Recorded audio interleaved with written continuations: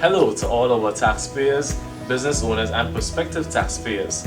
Welcome to this tax advisory session by the Inland Revenue Division. I am Joel Johnson, and today we're going to be sharing with you some major objectives we hope to accomplish within this presentation. Objective number 1, we're going to provide an outline of the taxes administered by the Inland Revenue Division. Objective 2, we're going to provide an overview of the tax obligations of all our business owners and taxpayers. Objective number 3, we're going to outline the rights and responsibilities of you, our beloved taxpayers. So stay tuned as we go through these presentations. So the Inland Revenue Division, we are a division within the Ministry of Finance. So the Ministry of Finance is an umbrella body, and Inland Revenue, we are just a division within the Ministry of Finance. Within the Ministry of Finance, there are lots of different divisions. There's Accounting General, Economics and Trade, Policy. So Inland Revenue, we are a division within the Ministry of Finance. Under the Inland Revenue, we are divided into the various departments. We have the HQ, which is the headquarters. We have Taxpayer Services and Registration. We have Valuation. We have Audit. We have Collections and Enforcement, and so on. Today, we're going to be sharing with you some major things as it relates to the taxes administered by I.R.D. We are responsible for the administration of taxes. We are the registered body in Grenada, recognized to administer the tax laws. We don't write the laws, we administer the laws in a just and equitable manner. We also collect a wide range of taxes, of which I'm going to be speaking to you later on in the presentation. We do registration of businesses, and we also do assessment of your tax returns when you file. Some of the taxes that we administer are personal income tax, corporate income tax, value-added tax, affectionately known as VAT.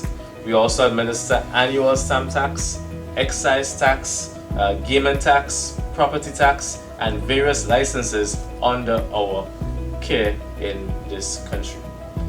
Now, before we go on, we're going to define a few key terms.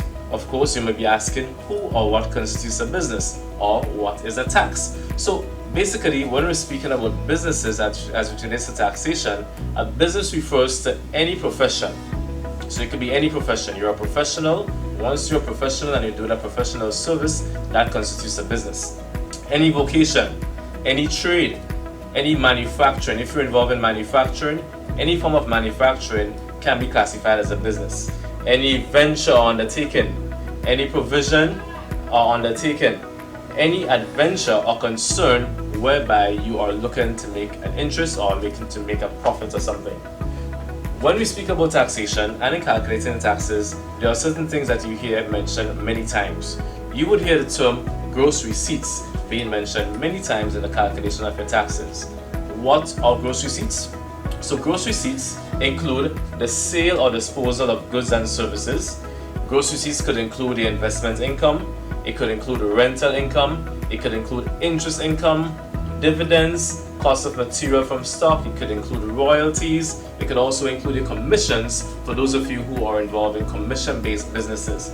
Gross receipts also include any other income from businesses. So these are gross receipts. In taxation, you also hear the term assessable income. So what really is your assessable income? So your assessable income will be the gains or profits from the following. Business, it could be gains or profits from business, it could be gains from your employment, it could be gains from rental and royalties, it could be gains from interest, it could be gains from premiums and commissions, or from fees and different licenses, and also annuities and other periodic payments. So those things constitute your assessable income.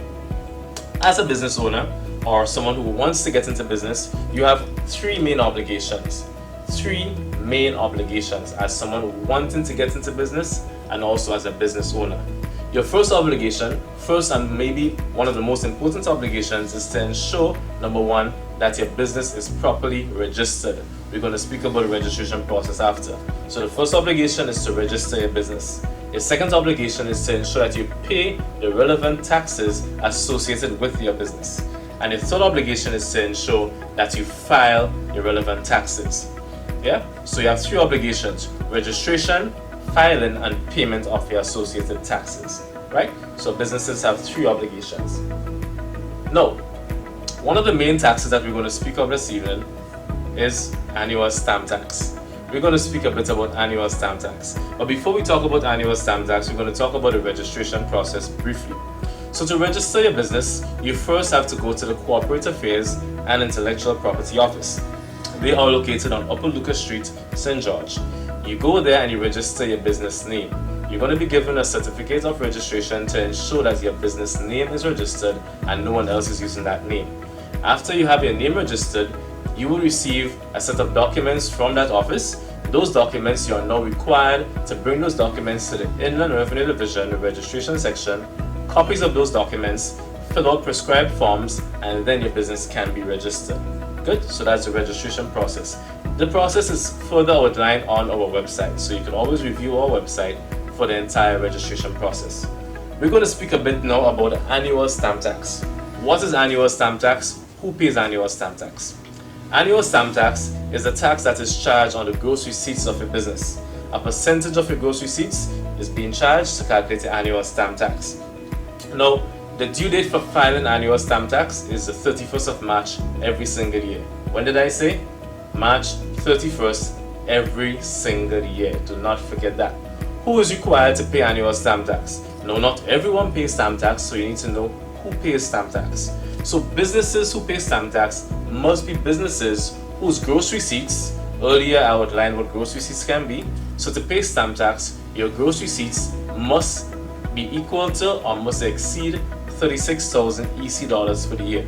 So remember this: who pays stamp tax? Only businesses whose gross receipts exceed $36,000 for the year. Gross receipts, remember I said it could mean your sales, it could be your commission income, it could be interest income. So once the gross receipts for your business exceeds $36,000, you are required to pay stamp tax. Now, the rates for stamp tax varies. There are two main rates to remember when you're filing or paying stamp tax. The first rate to remember is 0.5%. Yes, you heard me right. 0.5%. It's not even 1%. It's 0.5% tax. So the businesses who are required to pay 0.5% are the businesses whose gross receipts exceed 36,000 EC but not exceeding 300,000 EC. So if your business, your gross receipts fall within the category of earning over $36,000 a year but under $300,000, you will be paying stamp tax at a rate of 0.5%.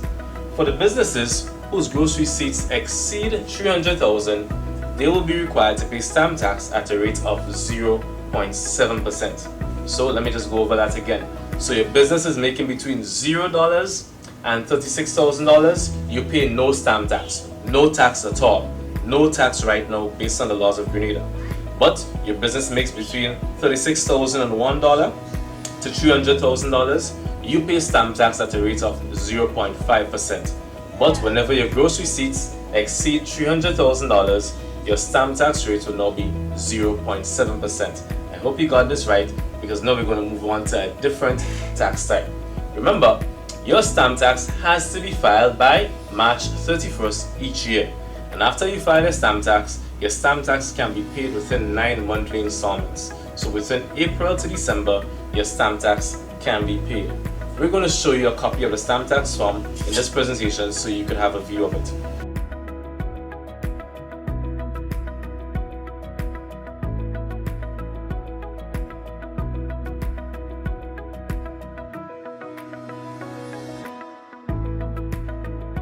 Next, we're going to move on to another type of tax.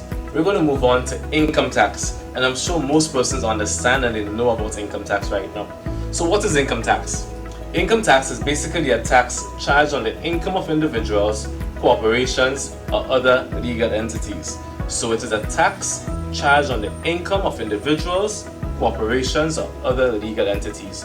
Note my words, it could be the income of individuals or corporations or other legal entities. So not just individuals like you and I pays income tax, even corporations are required to pay income taxes.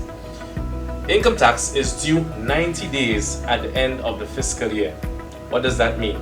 For regular persons like myself, individuals, if you are employed, your income tax will be due 90 days at the end of the fiscal year. So once December 31st comes, you count 90 days and the income tax is now due for filing and payment. But if you have a business, you're a corporation, the due date for the income tax is based on your fiscal year, how your financial year runs. If your financial year runs from January to December, then the income tax will be due 90 days after December 31st. Most times that falls around March 31st. If it's a leap year, it might be April 1st. However, as a corporation, if your business financial year starts in February, that means it's going to run from February to January, so your income tax deadline will not be the same as everyone else. It's always due 90 days after the end of your fiscal year. So who is required to pay corporate income tax? Corporations paying corporate income tax and trustees. Who is required to pay personal income tax? As the word implies, personal, it has to do with you. So in order for you to pay personal income tax, you either have to be a sole trader within a business, or you have to be a partner within a partnership, or you could be an employee who earns over 3,000 EC per month or 36,000 EC per year. So once your salary is over 3,000 EC per month or 36,000 EC per year, you are required to file and pay income taxes. We're going to explain the calculations very soon. A video is also posted on the Ministry of Finance page and our YouTube channel as to how you file income taxes. So I'm not going to speak too much about this right now. Next, we're going to move on a little bit to the rates of income tax. So in the year 2017, the income tax rate for persons who earn over $36,000 but under $60,000, you were required to pay 15% of that amount as income taxes. Prior to 2014, if you were earning under $60,000, there was no income tax. So in Grenada, before 2014, the only persons paying income taxes were persons whose salary was over $5,000 a month or $60,000 per year. But after 2014, the income tax threshold was lowered to persons who earn over $36,000. So if you earn between $36,000 and $60,000, you were required to pay 15% as income tax. Thankfully, the rate dropped lower even more. And recently we saw another change in our income tax rate. So now our income tax rate for persons who earn between 36,000 EC and 60,000 EC, you now pay 10% of that amount. For persons who earn over $60,000 right now, you will now be paying 28% of whatever amount of your income exceeds the $60,000. So let me just recap again. You earn between $0 and $36,000, no income taxes. Between $36,000 and $60,000, you pay 10% of that amount as income tax. Anything over $60,000, you will now be paying 28% as income tax. I hope I made that clear. I hope you understand, because paying income tax is very important. Corporate income taxes. So these are now for the companies and the corporations.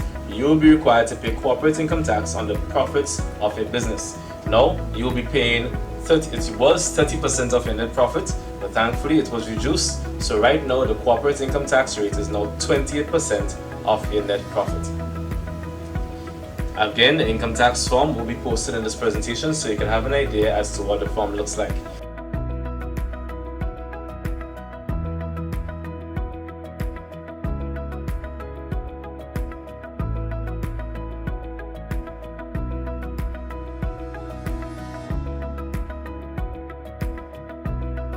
This year we also sent out examples and videos as to how you can complete your income tax form. If you still do not understand how to complete your form, please contact the Inland Revenue Division, Taxpayer Services section, and someone will go through it with you so you can clearly understand how to fill out your corporate income tax form or your personal income tax form. Another tax that we administer that you need to know about is VAT, Value Added Tax. Now, what is VAT? VAT is a tax charge on the value of imports and the value added on goods and services. I'm not going to speak too much about VAT right now because VAT will be dealt with in a subsequent presentation by another colleague. So we're going to speak about other obligations now as we go along. Now we're going to speak a bit about registration, payment and filing options.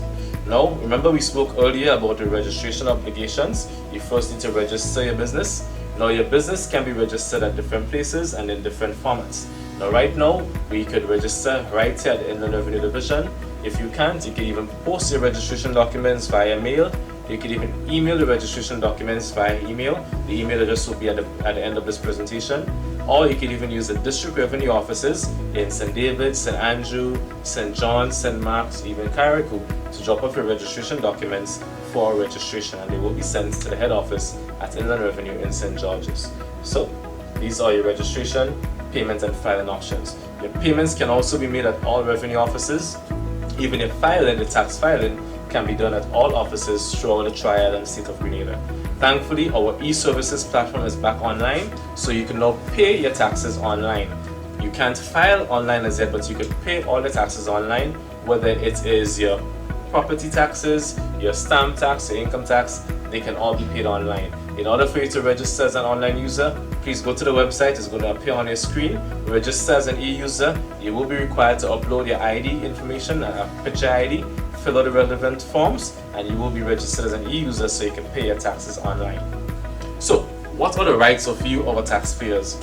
Earlier we spoke about the rights, and taxpayers do have rights. It's clear that you need to understand your rights and responsibilities. So, as a taxpayer, you have a right to tax account information.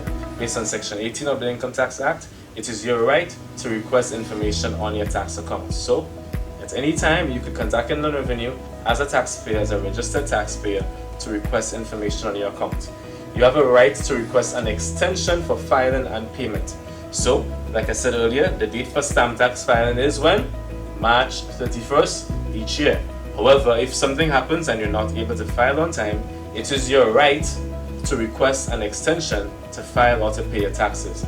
Extension request has to be done before the due date, written to the Comptroller of Inland Revenue, requesting an extension to file or to pay the relevant taxes. You have a right to a refund. If you pay too much taxes, you overpay, you have a right to get a refund. Inland Revenue cannot keep your money and say, okay, you pay too much, so that's your loss. If you pay too much, you overpay, you have a right to get back a refund. So please know your rights.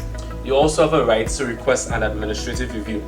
If you think at any given time you were treated unfairly by the division, maybe you were audited and you did not like the judgment, you have a right to request an administrative review on your tax account by the Inland Revenue Division. If you're still not satisfied with the administrative review, you can still go further and you can lodge an appeal to the Appeals Commissioner and say, Mr. Appeals Commissioner, Inland Revenue charged me too much and I'm not pleased with it. What can you do? If you're still not satisfied there, you can still go further and lodge an appeal to the Registrar of the High Court. So it's very important that you know your rights and your obligations. But the big question is, and this is where most persons get scared, what happens to taxpayers when you violate those rights and obligations? Of course, like I said, at Inland Revenue, our role, one of our key roles, is to administer the tax laws in a just and equitable manner. So of course, when persons break those laws, there must be consequences. So what really happens when you don't pay your taxes on time? So for non-compliance charges, very important that you know these things. Failure to register. If you have been operating a business in Grenada for more than 30 days and a business is not registered, and by registration I mean you would have registered in CAIPO, you have a certificate, and you have been assigned a tax identification number. If you're operating a business and you don't have those things, and you've been operating for more than 30 days, Inland Revenue, based on Section 77 of the Tax Admin Act, you could be charged $2,500 on every instance. So if your business is not registered and you're out there, you're listening to me, please ensure your business is properly registered. Failure to notify of change in taxpayer information. So you have a registered business and your business was located in Grand St. George, but you moved the business to St. George's, you did not inform Inland Revenue. Inland Revenue went to visit your business in Grand and you're no longer there. You can be charged $2,500 also for failure to notify us of that change. Failure to file.